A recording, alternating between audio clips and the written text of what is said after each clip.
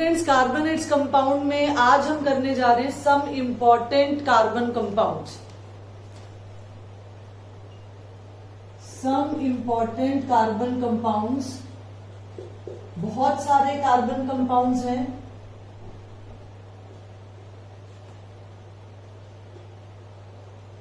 ठीक है, लेकिन मैं बात कर रही हूं उन कंपाउंड्स की जो हमारे 10th के सिलेबस में है। तो जो पहली कैटेगरी में लेकर चल रही हूं वो है हमारे पास एल्कोहल, और एल्कोहल में 10th में सिलेबस में है इथेनॉल के बारे में। तो एल्कोहल के बारे में थोड़ा सा जान लेते हैं। पहले भी मैंने आपको बताया है कि एल्कोहल क्या है। ये वो ऑर्गेनिक कंपाउंड है which contains OH group. Functional group क्या है इसमें? OH ग्रुप है। जैसे अगर हम इसके जनरल फॉर्मूले की बात करें तो इसका जनरल फॉर्मूला क्या है? जनरल फॉर्मूला बनेगा इसका CnH2n+1OH। और अगर आप हाइड्रोजन को भी यहां पर लिख देते हो तो ये क्या बन जाएगा? CnH2n+2O। OH इसलिए दिखा दिया ताकि आपको पता रहे कि OH क्या है, इसका फंक्शनल ग्रुप है।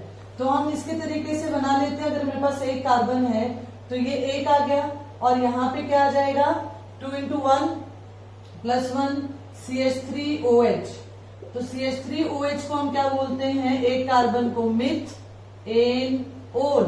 मीथेनॉल, और इसका कॉमन नेम क्या है? Methyl alcohol. ठीक है, अब अगर मैं यहाँ 2 कर देती हूँ तो मेरे पास क्या है? C2 आ जाएगा, H5 आ जाएगा, OH आ जाएगा। इसका नाम क्या है? 2 कार्बन है, इथेनॉल, और इसका कॉमन नेम क्या है? Ethyl alcohol.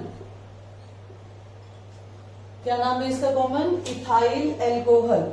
इथाइल एल्कोहल को नॉर्मल हम एल्कोहल भी कह देते हैं। ये जो हमारे पास मीथेनॉल है ये टॉक्सिक नेचर का होता है, ये टॉक्सिसिटी क्रिएट करता है जिसे हम मीथेनॉल टॉक्सिसिटी कहते हैं। ठीक है, अभी इसके बारे में बताऊंगी मैं आपको। और हमें बात करनी है इस वीडियो में पर्टिकुलरली इथेनॉल की। तो अगर हम प्रिपरेशन की बात करते हैं, सबसे पहले हम इथेनॉल की प्रिपरेशन की बात कर लेते हैं कि कैसे इसको प्रिपेयर किया जाता है लैब में। तो मेथड्स ऑफ प्रिपरेशन डिस्कस करते हैं। हम करने जा रहे हैं क्या? इथेनॉल। हमारा जो कंपाउंड है हम करने जा रहे हैं इथेनॉल। अगर इसके केमिकल फॉर्मूले की मैं बात करूं तो अभी मैंने लिखा था केमिकल फॉर्मूला क्या आ जाएगा मेरे पास? CH3CH2OH या फिर C2H5OH। कोई दिक्कत नहीं है। ठीक है, और अगर इसका मॉलिक्यूलर मास हम कैलकुलेट करें तो मॉलिक्यूलर मास कितना आ जाएगा? आप इसको कैलकुलेट करोगे तो 46 इसका मॉलिक्यूलर मास आ जाएगा। मेथड्स ऑफ प्रिपरेशन की बात हम करने जा रहे हैं क्योंकि इसकी प्रॉपर्टीज की बात मैं बाद में करूंगी। मेथड्स ऑफ प्रिपरेशन में मैं पहले मेथड की बात करने जा रही हूं कि किस तरीके से प्रिपेयर किया जा सकता है। तो फर्स्ट मेथड में लेके चल रही हूं फ्रॉम एल्काइल हैलाइड से हम इथेनॉल को, एल्कोहल को प्रिपेयर कर सकते हैं। किस तरीके से कर सकते हैं? मान लीजिए मेरे पास, मैं मीथेनॉल भी बता रही हूं आपको, साथ में इथेनॉल भी बता रही हूं। CH3Cl है, और मैंने इसमें क्या किया? मैंने इसमें KOH डाल दिया। किस फॉर्म में डाला? एक्वस फॉर्म में डाला है इसको। और क्या किया? इसको हीट कर दिया, थोड़ा सा बॉईल कर दिया। तो क्या होगा? ये जो OH है इसको रिप्लेस कर देगा, और यहाँ पर क्या बन जाएगा आपके पास? CH3OH और साथ में KCl। तो आप अगर ध्यान से देखो तो किस टाइप का रिएक्शन है ये कैसा रिएक्शन है? ये सब्स्टिट्यूशन रिएक्शन है। सब्स्टिट्यूशन रिएक्शन है ये मेरे पास। क्यों? क्योंकि रिप्लेसमेंट। पिछली वीडियो मैंने आपको बताई थी सब्स्टिट्यूशन रिएक्शन क्या है? जब एक ग्रुप या एक एटम किसी दूसरे एटम को रिप्लेस कर देता है without any change in the molecule.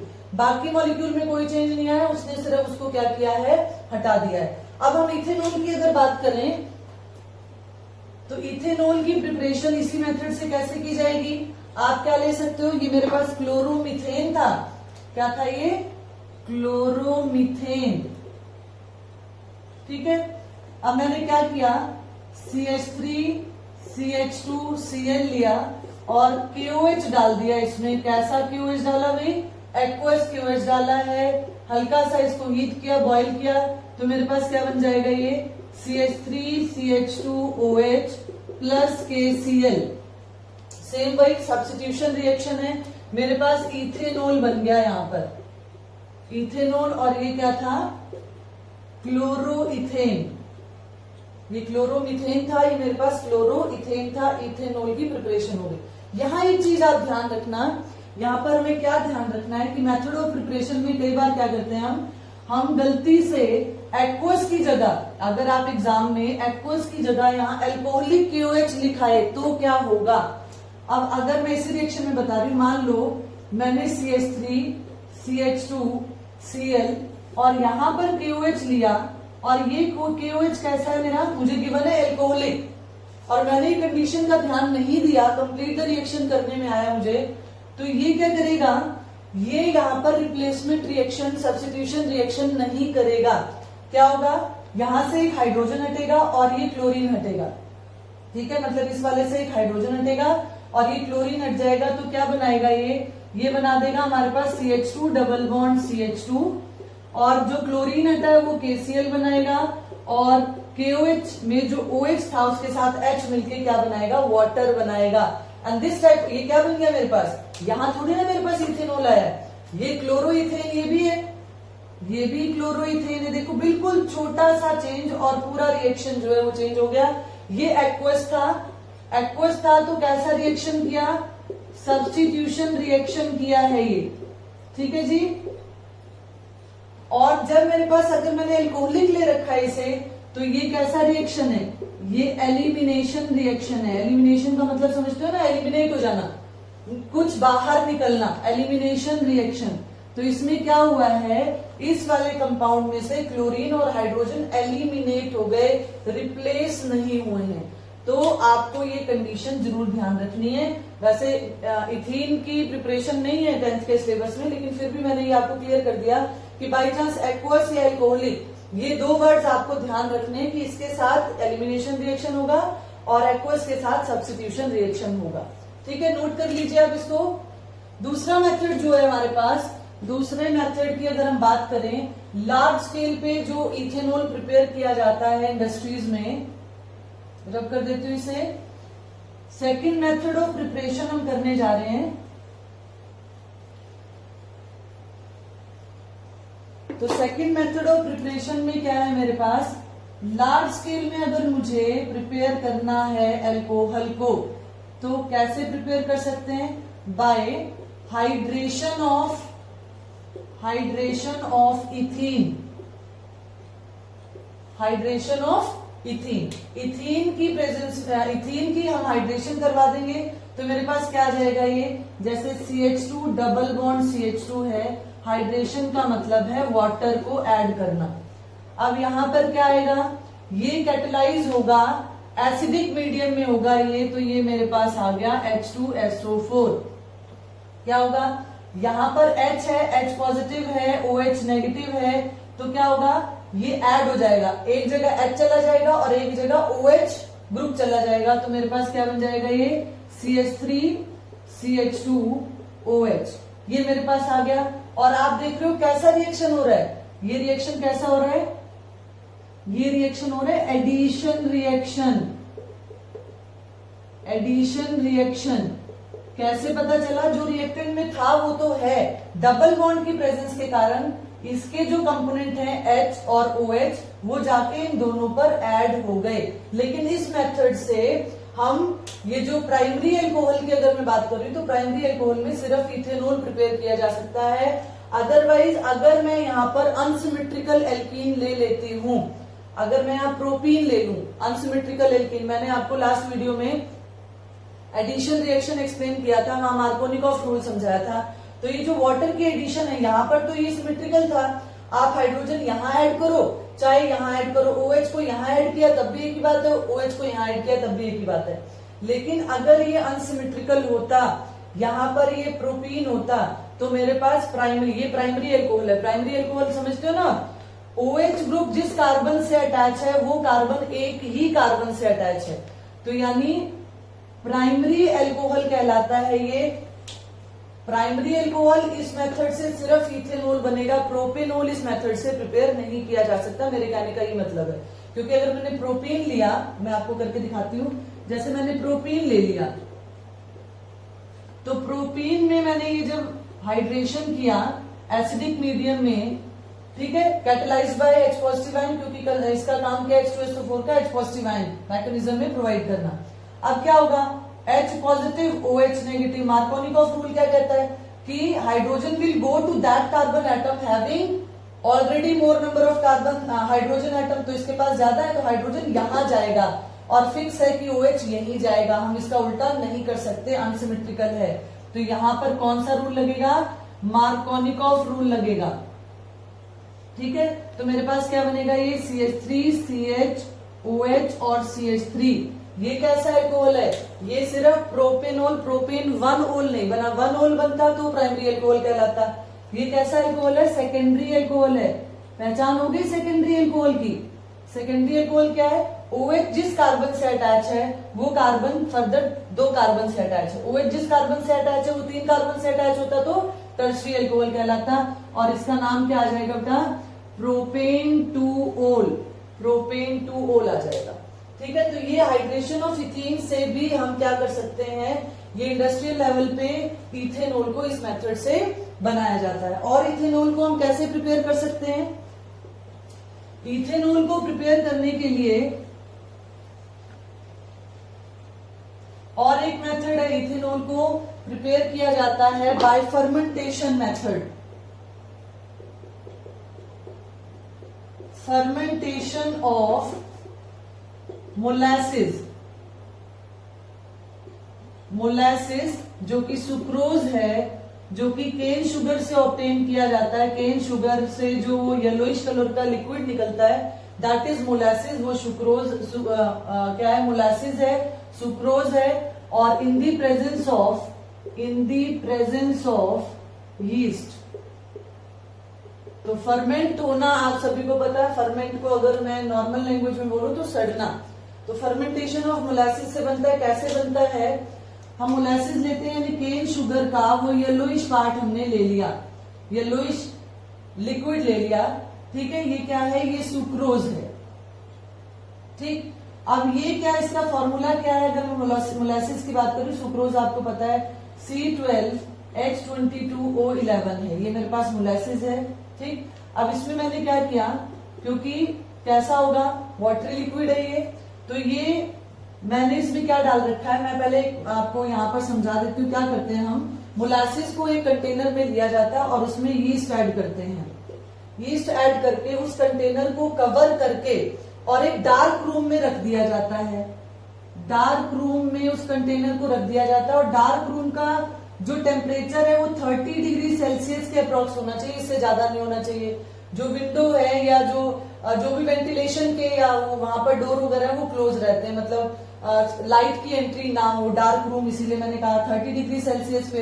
तो ये क्या होता है, ये फिर इसको कन्वर्ट कर देता है किसमें, इथेनॉल एंड कार्बन डाइऑक्साइड में, यानी मेरा मोलासिस जो है यीस्ट की प्रेजेंस में ये बना गया। इसमें क्या रिएक्शन हुआ, ये तो एक हो गया जनरल मेथड ऑफ प्रिपरेशन की क्या होता है। अब ये रिएक्शन कैसे होगा, ये मेरे पास मोलासिस आ गया, ठीक है। अब ये जो मैंने यीस्ट लिया है इसमें 2 तरह के एंजाइम्स हैं, कौन सा है, इन्वर्टेज एंजाइम है। तो इन्वर्टेज एंजाइम क्या करेगा, इसको इन्वर्ट कर देगा और कन्वर्ट कर देगा C6H12O6 प्लस C6H12O6। अब आप कहोगे कि जी दोनों फॉर्मूले सेम है, फिर अलग अलग क्यों लिखा। इसमें कुछ पोर्शन ग्लूकोज का बनेगा, कुछ पोर्शन फ्रक्टोज का बनेगा, ठीक है। इनके मॉलिक्यूलर फॉर्मूले सेम होते हैं लेकिन इनके स्ट्रक्चर्स जो है वो डिफरेंट होते हैं। अब क्या होगा, ये जो हमारे पास पोर्शन आया है ग्लूकोज फ्रक्टोज का जो भी है, ये C6H12O6 का जो पोर्शन आया मेरे पास, इसमें क्या, इसमें दूसरा एंजाइम काम करेगा, जाइमेज, जाइमेज एंजाइम काम करेगा। ये ग्लूकोज और फ्रक्टोज आप कुछ भी मान सकते हो उसको, ठीक है। जाइमेज एंजाइम काम करेगा और क्या बना देगा, CH3CH2OH, और कार्बन डाइऑक्साइड जो है वो जब आपने लिड लगा रखी है तो उस पर आवाज आएगी, जब कार्बन डाइऑक्साइड गैस जो है रिलीज होगी, टक टक टक टक की आवाज आती है उसमें। तो ये मेरे पास क्या आ गया, इथेनॉल। तो हमने क्या किया, इसको फर्मेंट किया है, सड़ने दिया है एक तरह से, ठीक है। तो ये मेरे पास मोलासिस से भी हम क्या कर सकते हैं, इथेनॉल को प्रिपेयर कर सकते हैं। ये एक मेथड मैंने आपको और क्लियर कर दिया। तो मेथड ऑफ प्रिपरेशन में और भी मेथड है प्रिपरेशन की, लेकिन हमने किसकी बात की है, हाइड्रेशन ऑफ इथीन की बात की, जिसमें हमने कहा कि एडिशन रिएक्शन होता है। हमने बात किया KOH के साथ रिएक्शन करवाया, हमने एल्काइल हैलाइड के साथ हमने इथेनॉल को ऑब्टेन किया। और एक मेथड मैंने आपको करवा दिया, फर्मेंटेशन मेथड, यहां पर मैंने आपको करवा दिया, ठीक है। तो प्रिपरेशन हमारी हो चुकी है। प्रिपरेशन के बाद हम बात करते हैं इसकी फिजिकल प्रॉपर्टीज की, कि इसकी फिजिकल प्रॉपर्टीज क्या हैं।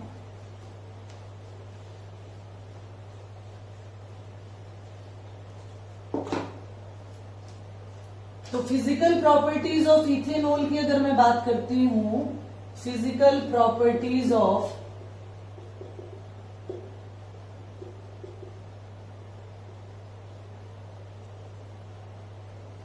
इथेनॉल। अब फिजिकल प्रॉपर्टीज इथेनॉल की क्या है कि यहां पर पहली बात, ये कैसा लिक्विड है, ये कलरलेस लिक्विड है। कैसा है, कलरलेस है। कैसा है, वोलेटाइल है, ठीक है। कैसा है, इन्फ्लामेबल है। वोलेटाइल समझते हो ना, जो इजिली इवोपरेट हो जाता है। अगर आप इथेनॉल को लाओ और बिना उसको मतलब लिड लगाए आप उसको एयरटाइट कंटेनर में ना रख के उसको रख दो, तो वो वोलेटाइल है, वो उड़ जाएगा। Inflammable means it will catch fire. आप सभी को पता है इथेनॉल जो है वो आसानी से जल जाता है। तो कलरलेस लिक्विड है, सॉल्युबल इन वाटर है। It is soluble in water in any proportion, in any proportion, किसी भी प्रोपोर्शन में क्या है, ये वाटर में सॉल्युबल है। और नेक्स्ट हम बात करें तो ये क्या है, न्यूट्रल है लिटमस पे। लिटमस पेपर पे कोई कलर चेंज शो नहीं करता, न्यूट्रल टू लिटमस पेपर, ठीक है। इसके अगर हम बॉइलिंग पॉइंट की बात करें, क्योंकि हमने कहा लिक्विड है तो बॉइलिंग पॉइंट जानना जरूरी है, 78 डिग्री सेल्सियस इसका बॉइलिंग पॉइंट है। और अगर इसकी फ्रीजिंग पॉइंट की बात करें तो फ्रीजिंग पॉइंट इसका -114 डिग्री सेल्सियस के करीब होता है, बहुत लो फ्रीजिंग पॉइंट है। और इसका ये इसी कारण से इसका एक यूज जो है मैं आपको इथेनॉल के यूजेस में बताऊंगी। तो बॉइलिंग पॉइंट हमारे पास ये आ गया, ठीक है। सॉल्युबिलिटी के बारे में हमने ये बता दिया। और कुछ जो अल्कोहल हैं, मैं ये नहीं कह रही कि इथेनॉल इज टॉक्सिक, लेकिन कुछ अल्कोहल जो हैं वो टॉक्सिक नेचर के होते हैं। जैसे हमारे पास मीथेनॉल है, जो मीथेनॉल है ये टॉक्सिक है, क्योंकि क्या करता है मीथेनॉल, मीथेनॉल हमारी बॉडी में जाके, लिवर में जाके मीथेनल में कन्वर्ट हो जाता है, मीथेनल में कन्वर्ट हो जाता है। और क्या कर सकता है, ये ब्लाइंडनेस कॉज कर सकता है, इंसान को अंधा कर देता है, ठीक है। और मे ऑल्सो कॉज डेथ, अगर इसकी अमाउंट ले ली जाए ज्यादा तो इंसान की डेथ भी हो सकती है। तो टॉक्सिक इन नेचर है। इथेनॉल की अगर मैं बात करती हूं तो इथेनॉल टॉक्सिक तो नहीं है, इथेनॉल की अमाउंट जो है वो टॉक्सिक नहीं है अगर एक पर्टिकुलर अमाउंट ली जाए, लेकिन फिर भी इथेनॉल जो है वो हम किसको अफेक्ट करता है, it affects the central nervous system. और सेंट्रल नर्वस सिस्टम में जो थिंकिंग की कैपेबिलिटी है, ये हमारी थिंकिंग को अफेक्ट करता है। साथ के साथ हमारी जो मोशन है, जो मूवमेंट है, आप देखते हो ना कि एक्चुअल में जो अभी हम यूजेस में करेंगे कि इसको हम लिक्विड, जितने भी अल्कोहलिक बिवरेजेस हैं, चाहे वो विस्की हो, चाहे बियर हो, चाहे रम हो, जो भी है, उसमें इसका इस्तेमाल किया जाता है। तो आप देखते हो जिस इंसान ने अल्कोहल कंज्यूम कर रखी होती है वो तिरछा चलता है, आधा तिरछा चलता है। तो ये थिंकिंग, मूवमेंट, डाइजेशन प्रोसेस वगैरह को सभी को अफेक्ट करता है। ये हमारी, अगर इसका कंजप्शन ज्यादा है, क्योंकि ये इसका जो मेन जो बैड इफेक्ट है वो क्या है कि ये कैसा होता है, एडिक्शन कॉज करता है। और एडिक्शन कॉज करता है तो क्या करता है, ये लिवर और किडनी पे भी फर्क डालता है, लिवर और किडनी पे भी ये फर्क डालता है, ठीक है। तो ये इसकी कुछ फिजिकल प्रॉपर्टीज थी जो मैंने आपको बताई। अब हम बात करते हैं केमिकल प्रॉपर्टीज की, जो बहुत इंपॉर्टेंट है, नोट कर लो आप लोग। ये फिजिकल प्रॉपर्टीज है इसकी, कलरलेस है, वोलेटाइल है, पानी में घुल जाता है। लिटमस पे ये न्यूट्रल है, ठीक है। बॉइलिंग पॉइंट मैंने आपको बता दिया, फ्रीजिंग पॉइंट बता दिया। और ये पोर्शन है जो जिसके मैं मीथेनॉल की बात कर रही हूँ, this is toxic in nature. This is not very toxic in nature, लेकिन फिर भी ये हमारे सीएनएस पे इफेक्ट करता है, एडिक्शन कॉज करता है, लिवर किडनी इन पर इसका इफेक्ट पड़ता है। तो अब हम बात करते हैं chemical properties of ethanol. Chemical properties of ethanol. तो केमिकल प्रॉपर्टीज में सबसे पहले केमिकल प्रॉपर्टी की अगर मैं बात करूं,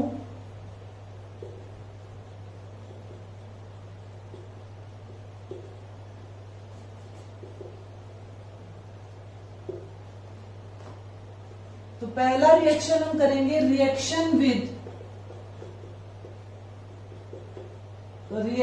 विद एक्टिव मेटल्स।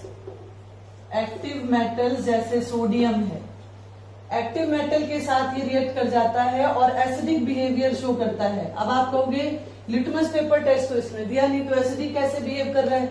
तो एसिडिक बिहेव करता है एक्चुअल में इतना ज्यादा एसिडिक नहीं है कि लिटमस पेपर को चेंज कर देगा, लेकिन हम ये कह सकते हैं कि it is even less acidic then water. तो ये एसिडिक बिहेवियर वर्ड मैं क्यों यूज कर रही हूं? क्योंकि जिस तरीके से मान लो मेरे पास HCl है, सोडियम है, यहाँ पे कंडीशन एक्वस है, ये मैंने सॉलिड ले रखा है, मैं कंडीशन यहाँ मेंशन नहीं कर रही हूँ। तो ये मेरे पास क्या बन जाता है? NaCl प्लस हाइड्रोजन गैस, यानी एसिड से मेटल हाइड्रोजन गैस को लिबरेट करता है। ये एसिडिक है तभी तो इसका मतलब क्या है कि यहां पर ये क्या कर रहा है? CH3CH2OH, और मैंने जब एक्टिव यानी मेटल लिया, सोडियम लिया, तो ये क्या बन गया? सोडियम जो है ये हाइड्रोजन को यहां से हटा देगा, मेरे पास क्या प्रोडक्ट बनेगा? CH3CH2ONA प्लस हाइड्रोजन गैस की liberation, which will give pop sound. हमें कैसे पता चलेगा ये गैस हाइड्रोजन है? तो hydrogen gas pop sound produce करता है विद बर्निंग स्प्लिंटर। आप जलती हुई तीली ले जाओ हाइड्रोजन गैस के पास तो आपको पट की आवाज आएगी, दैट इज पॉप साउंड। ये मेरे पास जो कंपाउंड बना, अब यहाँ क्या हुआ? सोडियम ने हाइड्रोजन यहां से रिप्लेस कर दिया, यहां पर भी तो ये हो रहा था, इसीलिए हम कहते हैं कि ये स्लाइटली एसिडिक बिहेवियर शो करता है, लेकिन इसका एसिडिक बिहेवियर इतना नहीं होता कि लिटमस पेपर वगैरह पे ये शो हो। तो इसका नाम क्या है? Sodium ethoxide. आपको पता है OC2H5 को इथॉक्सी बोलते हैं, और क्योंकि ये नेगेटिव आयन है, नेगेटिव आयन के साथ आइड वर्ड लगता है, मेटल को पहले लिखा जाता है। तो सोडियम इथॉक्साइड का क्या फॉर्मूला है? What happens when a piece of sodium metal is added in ethanol? तो क्या होगा? हाइड्रोजन गैस लिबरेट होगी, विच इज कलरलेस गैस है। ये कैसी गैस है? कलरलेस है, ऑडरलेस है, कोई स्मेल नहीं, कोई कलर नहीं, लेकिन पॉप साउंड देता है ये बर्निंग स्प्लिंटर के साथ। तो दूसरा रिएक्शन हम करते हैं यहाँ पर, दूसरा रिएक्शन हम यहाँ पर which is very important reaction, और कौन सा रिएक्शन करने जा रहे हैं? डिहाइड्रेशन। Dehydration of ethanol. अब डिहाइड्रेशन के लिए क्या यूज किया गया? डिहाइड्रेशन के लिए हम इस्तेमाल करेंगे, यहां पर हमने इथेनॉल लिया CH3CH2OH, ठीक है। इसको मैं इस तरीके से लिख दूं, यहां OH दिखा दिया मैंने, और यहां पर ये CH2 है तो मैंने H दिखा दिया, कोई दिक्कत नहीं। CH3CH2OH है। जब इसमें कंसंट्रेटेड H2SO4 ऐड करते हैं और इसे 443 केल्विन पर हीट करते हैं, very important reaction, dehydration of ethanol. How will you convert ethanol into ethanoic acid? इस तरीके से क्वेश्चन आता है। तो मेरे पास ये क्या बन जाता है? यहां जो कंसंट्रेटेड H2SO4 है, act as dehydrating agent. Dehydrating agent, यहां पर ये डिहाइड्रेटिंग एजेंट का काम कर रहा है, ठीक है। तो मेरे पास ये क्या बन जाएगा? CH2 double bond CH2 plus H2O। क्या होगा? इसका OH और इसका H जो है ये कंसंट्रेटेड H2SO4 रिमूव कर देगा, क्योंकि डिहाइड्रेशन का क्या मतलब होता है? Removal of water. तो यहां पर क्या होगा? इसीलिए इसे डिहाइड्रेशन रिएक्शन कहते हैं। मेरे पास क्या बन गया? ये इथीन। तो how will you convert ethanol into ethene? कैसे कन्वर्ट कर सकते हैं हम डिहाइड्रेशन ऑफ इथेनॉल कर सकते हैं इन द प्रेजेंस ऑफ, आपको ये कंडीशन याद रखनी पड़ेगी। ठीक है, इसी तरीके से अगर आप देखो तो ये वाला रिएक्शन हमने किया था अभी, हाइड्रेशन ऑफ इथीन, तो हाइड्रेशन ऑफ इथीन से ये बन सकता है, लेकिन यहाँ की जो कंडीशन है वो थोड़ी डिफरेंट है। यहाँ लगभग की बात मैं बता रही हूँ, यहाँ लगभग 80 डिग्री सेल्सियस और 30 एटमॉस्फेरिक प्रेशर हमें मेंटेन करना पड़ता है, तब ये जाके रिएक्शन होता है। लेकिन क्योंकि हमसे इतनी ज्यादा ये कंडीशंस पूछी नहीं जाती, आप कंफ्यूज हो जाते हो, इस लेकिन ये कंडीशन मेंशन करना जरूरी है क्योंकि this is the most important reaction of your chapter. ठीक है, तो ये अगर हम इसका रिवर्स लाना चाहे, रिवर्स का मतलब कि अगर मैं हाइड्रेशन करवा के इथेनॉल में भी कन्वर्ट कर सकती हूँ और इथेनॉल को मैं इथीन में भी कन्वर्ट कर सकती हूँ। नेक्स्ट रिएक्शन की हम बात करते हैं। नेक्स्ट रिएक्शन है हमारे पास केमिकल प्रॉपर्टीज में ऑक्सीडेशन ऑफ इथेनॉल, जो कि मैं पिछले लेक्चर्स में करवा चुकी हूँ, इसलिए मैं फटाफट उसको डिस्कस कर देती हूँ। यहाँ पर ऑक्सीडेशन ऑफ इथेनॉल,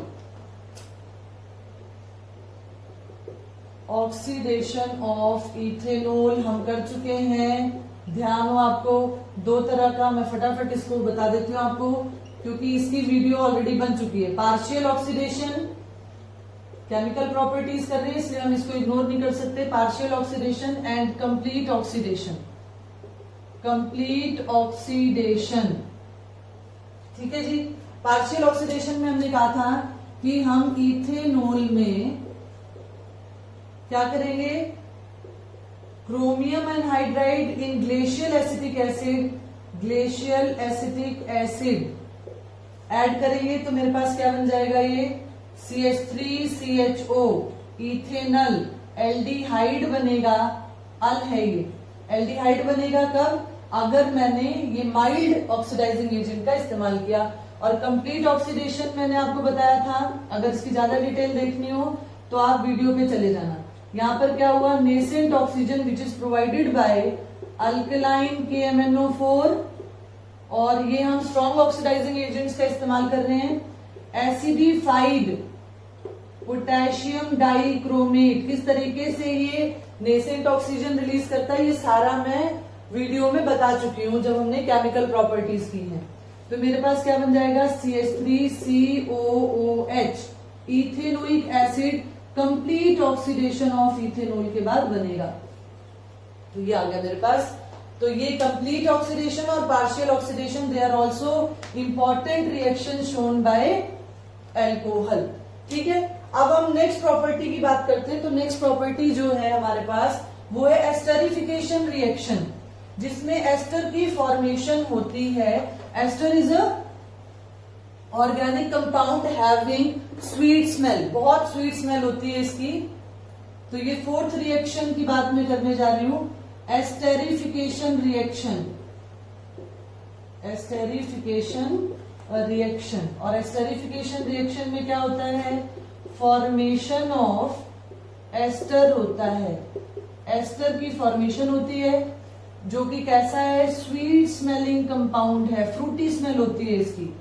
फ्रूट्स में भी आपका एस्टर पाया जाता है और साथ के साथ जो परफ्यूम्स जो है, परफ्यूम्स में भी एस्टर का इस्तेमाल किया जाता है। Esterification reaction most important reaction of 10th class in organic chemistry. ठीक है, अब इसमें क्या हुआ, जब एल्कोहल और कार्बोक्सिलिक एसिड को रिएक्ट करवाते हैं, हीट करते हैं, कंसेंट्रेटेड H2SO4 में हीट किया जाता है। Concentrated H2SO4 act as dehydrating agent, इनमें से वाटर मॉलिक्यूल को रिमूव करेगा और क्या आ जाएगा हमारे पास, ester which have sweet smell plus water की फॉर्मेशन करेगा क्योंकि डिहाइड्रेशन कर रहा है। अब देखिए हम यहां पर लेके चलते हैं, आपके पास एल्कोहल है, कार्बोक्सिलिक एसिड है, तो मैं इसको इस तरीके से लिख दूं अगर कि यहां पे मैंने लिख दिया CH3CH2OH, ठीक, और यहां पर मैंने इथेनोइक एसिड ले लिया और इथेनोइक एसिड को मैंने इस तरीके से लिख दिया। ठीक है जी, अब यहां पर ये इथेनोइक एसिड है, कंसंट्रेटेड H2SO4 डाला है हमने, हीट किया है। मैं आपको रिएक्शन समझाना चाहती हूँ कि प्रोडक्ट आप किस तरीके से लिखोगे। तो प्रोडक्ट को लिखने का तरीका क्या है कि ये जो है मेरे पास H और इसका OH मिलकर क्या बना देगा, वाटर बना देगा। अब मुझे एस्टर लिखना है। एस्टर आप एसिड वाली साइड से स्टार्ट करो, CH3 CO और फिर क्या आ गया O CH2 CH3। कैसे लिखा, CH3 CO क्योंकि C डबल बॉन्ड O आएगा, O CH2 CH3। तो ये मेरे पास क्या था, ये इथेनॉल था और ये क्या है, ये मेरे पास इथेनोइक एसिड है। ये डिहाइड्रेटिंग एजेंट है, हीट किया गया है इसको, तो मेरे पास क्या बन गया, एस्टर बन गया। एस्टर का नॉमेनक्लेचर मैं बता चुकी हूँ आपको, फिर भी देखो जो ऑक्सीजन के साथ होता है वो पहले लिखा जाता है, तो ये आ गया इथाइल। अब इसकी नंबरिंग की तो 2 कार्बन है, इथ एन क्योंकि सिंगल बॉन्ड है कार्बन और कार्बन में, और एंडिंग किससे होती है, OA। और इसकी कैसी स्मेल होती है, स्वीट स्मेल होती है। ठीक है, तो ये हमने कुछ केमिकल प्रॉपर्टीज जो है वो इथेनॉल की डिस्कस की हैं। अब हम बात करते हैं कुछ इंपॉर्टेंट टर्म्स की जो आपसे पूछी जाती हैं। आप इसको नोट कर लो पहले। एस्टरिफिकेशन रिएक्शन बहुत इंपॉर्टेंट रिएक्शन है, इसको हम जब इथेनोइक एसिड पढ़ेंगे उसमें भी मैं इसकी बात करूंगी। ठीक है, तो नोट कर लिया होगा आपने।